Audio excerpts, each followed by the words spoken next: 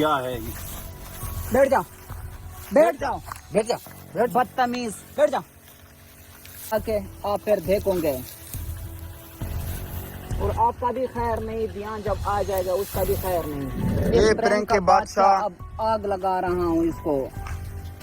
आदिल और दियान देख लो। अब आपके दिल में क्या गुजरे होगा? देख लो आदिल और दियान। अस्सलाम वालेकुम, कैसे हैं मेरे प्यारे व्यूअर? उम्मीद करदा तुसीं सारे ठीक ठाक हो।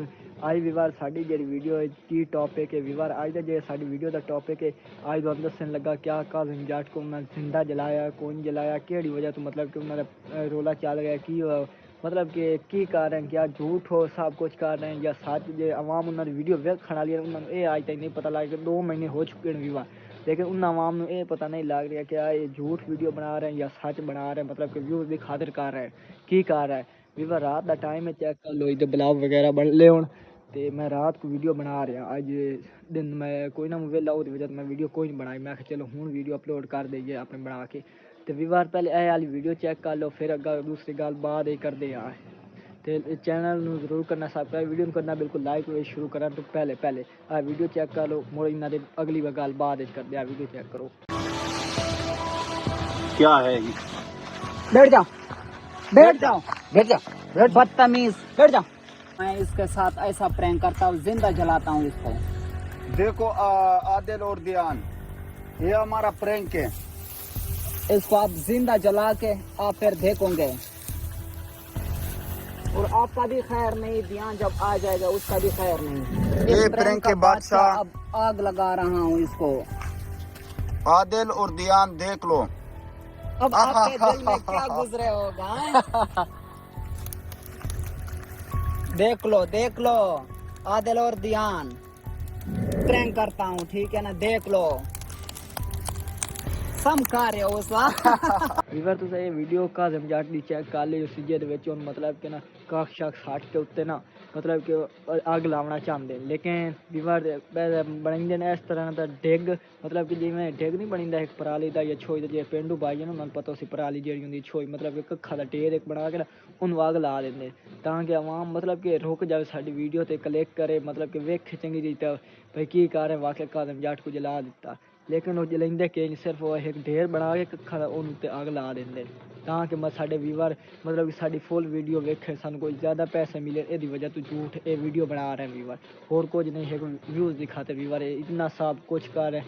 सोचो व्यूअर कितने टूरे आन कि 2 महीने हो चुके ना ये घर जा सकिया ना कुछ, अपना जाता है 2-3 दिन टुरया रहा, आंदा पे मेरा जैसा फट नहीं मुक्का ये वो 2 दिन इतना मैंने इन्ना पता है तो दूसरे शहर बंदा वग जाता है कोई लिफ्ट वगैरह लेके, लेकिन ये घर नहीं जा सका और आदिल जाट को लोकेशन नहीं सेंड कर सकिया, सिर्फ व्यूअर व्यूज़ की खातिर होर कुछ नहीं।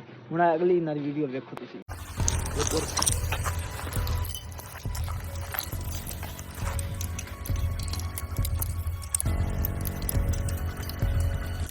तो बड़े मत उधर प्रैंक का बादशाह, हाँ मैं प्रैंक का बादशाह।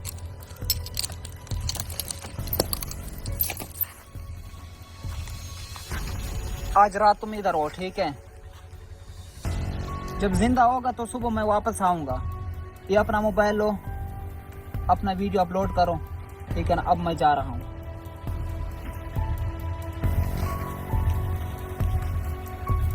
व्यूअर तुस ये वीडियो वेखियो सी जेहदे विच काज़िम जाट को तालियां नाल मतलब कि बन के वग वंदे इन्ने व्यूअर मैनू कावे चढ़दे ने जे मतलब कि 2-3 बंदे इन्हां दे नाल काज़िम जाट दे वदे इत्थे मैं इस जगह तुंदा ना कसम मैं इन्हां दी गुत्ता बनावणियां जिन्हां दे एडे एडे वाल है। व्यूअर तो वीडियो जे थोड़ा बहुत शोर ही आ रहा क्योंकि अपने गवार ना शादी एक ओदी वजह तो विच शोर आ रहे हो।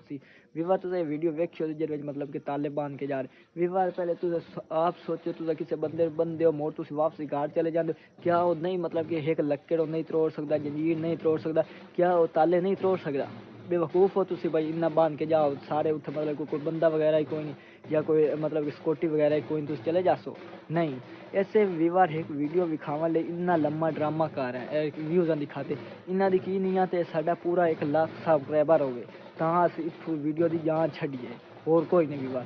तो आज वीवर अपनी सही यार कर दिया वीडियो खत्म, क्योंकि अपनी छोटी जी वीडियो है, क्योंकि मैं आखिर दोस्तों ने अपडेट अपने वीवर ने दे दईए ना कहें यार तो वीडियो नहीं अपलोड की वो वजह से, क्योंकि नाल शोर वगैरह आ रहा है, इन्नी वीडियो चास नहीं आ रही, कोई जरी जरी शोर आ रहा है क्योंकि वो ढोल नाल गवाट वग रहा उत्थे शादी है।